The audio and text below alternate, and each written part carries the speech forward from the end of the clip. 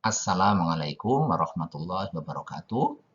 Kembali kita berjumpa pada mata kuliah Kebijakan Ekonomi dalam Pembangunan. Pada kesempatan ini kita akan menjelaskan mengenai krisis hutang luar negeri di negara-negara berkembang. Apa hubungan hutang luar negeri dengan industrialisasi di negara-negara berkembang? Sebagai konsekuensi dari pilihan negara-negara berkembang melakukan industrialisasi, di mana untuk membangun industri itu membutuhkan modal yang cukup besar. Dari membangun pabriknya, mendatangkan mesin-mesinnya, tenaga ahlinya, bahan-bahan baku, bahan-bahan komponen, itu rata-rata membutuhkan modal yang besar. Beberapa harus diimpor dari luar negeri. Nah, sementara negara-negara berkembang itu tidak punya modal. Nah, lantas apa yang dilakukan oleh negara-negara berkembang? Yaitu mereka kemudian mengajukan pinjaman ke lembaga-lembaga donor, ya seperti IMF, Bank Dunia, dan negara-negara besar lainnya. Nah, disinilah muncul sebuah problem baru di negara-negara berkembang. Pilihan melakukan industrialisasi kemudian membawa beberapa negara itu ke dalam jeratan hutang luar negeri. Manakala perencanaan pembangunan industrialisasi itu dilakukan dengan cermat, dengan tepat, ya, maka dalam jangka menengah, jangka panjang, itu sebenarnya diharapkan hasil yang diperoleh dari industri promosi ekspor, pendapatan devisanya, itu sebagian digunakan untuk mencicil, ya baik itu pokok maupun bunga utangnya.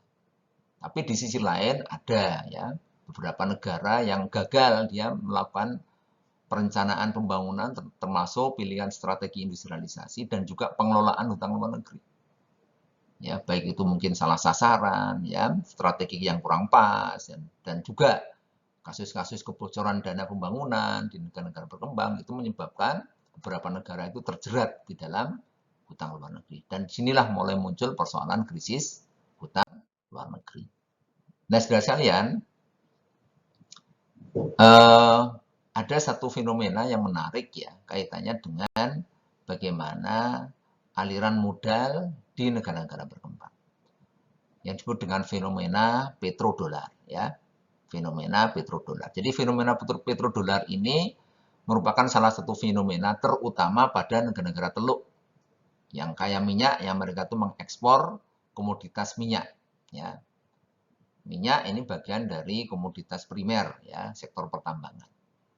Nah, ekspor minyak yang begitu besar, kemudian pendapatan devisanya itu sebagian disimpan di bank-bank di Eropa.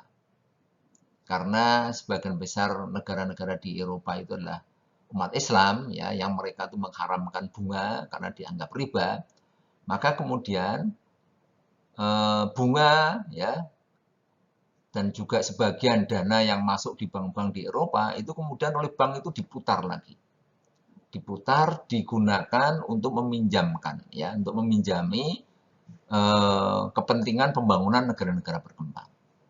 Dan negara-negara berkembang itu kemudian mengajukan pinjaman atas dana yang dikelola oleh bank-bank komersial di Eropa tadi.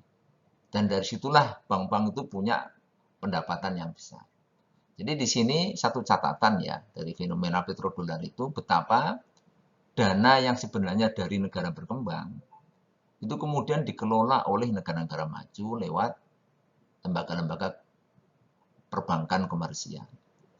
Dan dari pengelolaan keuangan itulah kemudian negara-negara berkembang itu mengajukan pinjaman.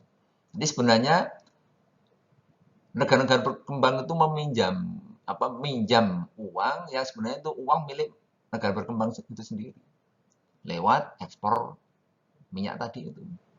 Jadi di sini uangnya milik negara berkembang, dikelola oleh negara maju, dipinjamkan kembali kepada negara berkembang. Sementara bunga itu diterima oleh negara maju. Jadi di sini ada satu fenomena yang paradoks ya. Bagaimana negara-negara berkembang itu menyumbang dalam tanda kutip ya uang kepada negara-negara maju lewat pembayaran bunga pinjaman yang sebenarnya uang itu adalah milik negara berkembang.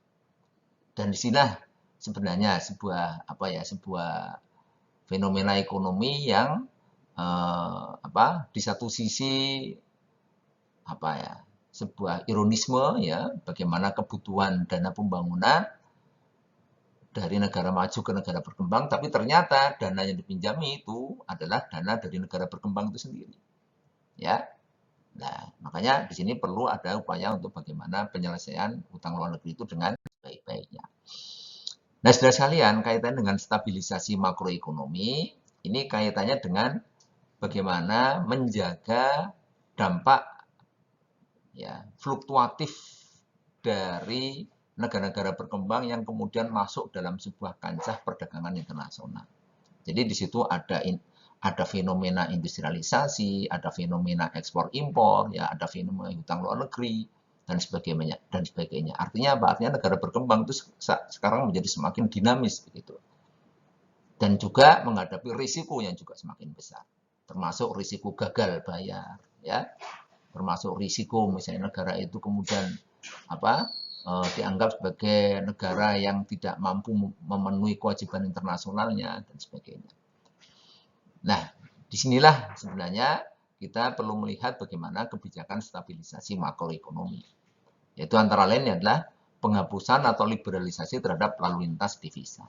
Ini kaitannya dengan apa? Kaitannya dengan penetapan kurs yang efisien ya untuk kegiatan transaksi ekonomi. Agar supaya lalu lintas devisa itu benar-benar bisa mendorong kegiatan ekonomi secara maksimal ya. Nah, begitu. Nah, di sisi lain, negara-negara berkembang itu juga berupaya untuk bisa terus mendorong ekspornya.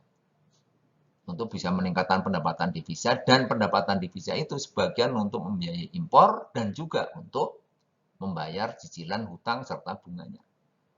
Makanya salah satu upaya yang dilakukan untuk meningkatkan ekspor itu misalnya dengan melakukan devaluasi mata uang. Jadi menurunkan nilai mata uang domestik terhadap mata uang asing ya. Nah, termasuk pemberlakuan anti klimaks kebijakan domestik ya melalui kebijakan fiskal dan kebijakan moneter. Misalnya apa? Misalnya dalam kebijakan fiskal ya, upaya untuk mendorong ekspor, misalnya alokasi dari pengeluaran pemerintah itu diarahkan untuk pemberian subsidi kepada para eksportir. Ya. Pemerintah memberikan dana ya fasilitas ya kredit murah misalnya ya kepada para pengusaha agar supaya mereka bisa memproduksi barangnya dan hasilnya akan digunakan untuk ekspor. Dan tujuannya adalah untuk meningkatkan jumlah pendapatan devisa. Dari sisi moneter misalnya adalah bagaimana pemerintah menjaga nilai tukar itu dan juga menjaga tingkat inflasi agar supaya daya saing produk ekspornya itu bisa tetap dipertahankan.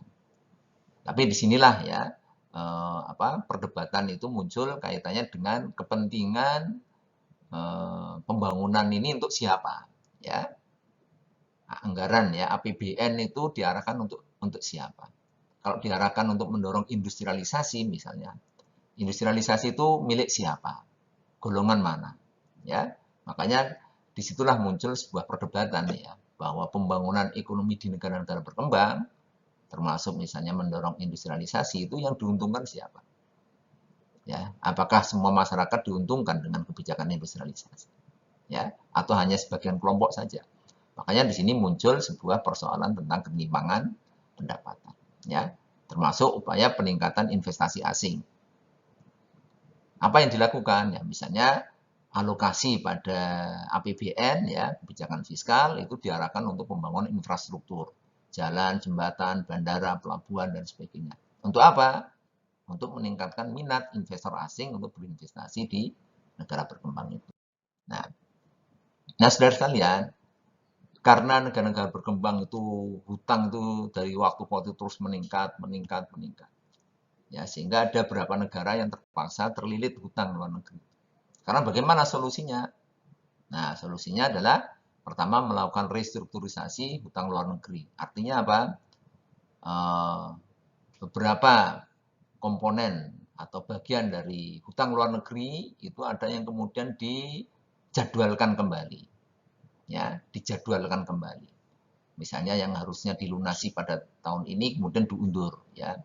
Atau mungkin beberapa komponen dari hutang itu ada yang kemudian diperpanjang, ya, diperpanjang masa pembayarannya, ya, yang tadinya 2 tahun mungkin diperpanjang jadi 5 tahun, yang 5 tahun diperpanjang jadi 10 tahun. Nah, jadi ini adalah bagian dari upaya memberikan keringanan kepada negara-negara berkembang untuk bisa menyelesaikan hutang luar negeri. Atau solusi yang kedua adalah menukarkan beban hutang luar negeri negara berkembang dengan isu lingkungan. Misalnya apa? Kewajiban negara berkembang untuk menjaga kelestarian hutan, menjaga kelestarian hewan-hewan yang terancam punah. Ya, kebijakan negara-negara berkembang untuk menyelesaikan masalah sampah misalnya, masalah kali bersih misalnya, masalah narkoba atau masalah-masalah tentang sanitasi dan sebagainya. Itu bagian dari strategi beban hutang luar negeri dialihkan ke isu-isu lingkungan. Ya. Kemudian yang terakhir yaitu penghapusan hutang luar negeri. Kalau memang benar-benar negara itu gagal ya menyelesaikan masalah hutang luar negeri. Seperti yang terjadi di negara-negara Amerika Latin ya. Beberapa negara itu kompak mereka itu untuk melakukan ngemplang hutang ya. Karena gagal bayar. Nah, ini sebenarnya juga menjadi bagian yang perlu dipikirkan tanggung jawab semuanya. Kalau negara-negara yang banyak hutangnya mereka nggak mampu membayar hutangnya, toh juga menjadi kerugian bagi semua negara, termasuk negara donor. Demikian, mudah-mudahan ada manfaatnya. Terima kasih. Wassalamualaikum warahmatullahi wabarakatuh.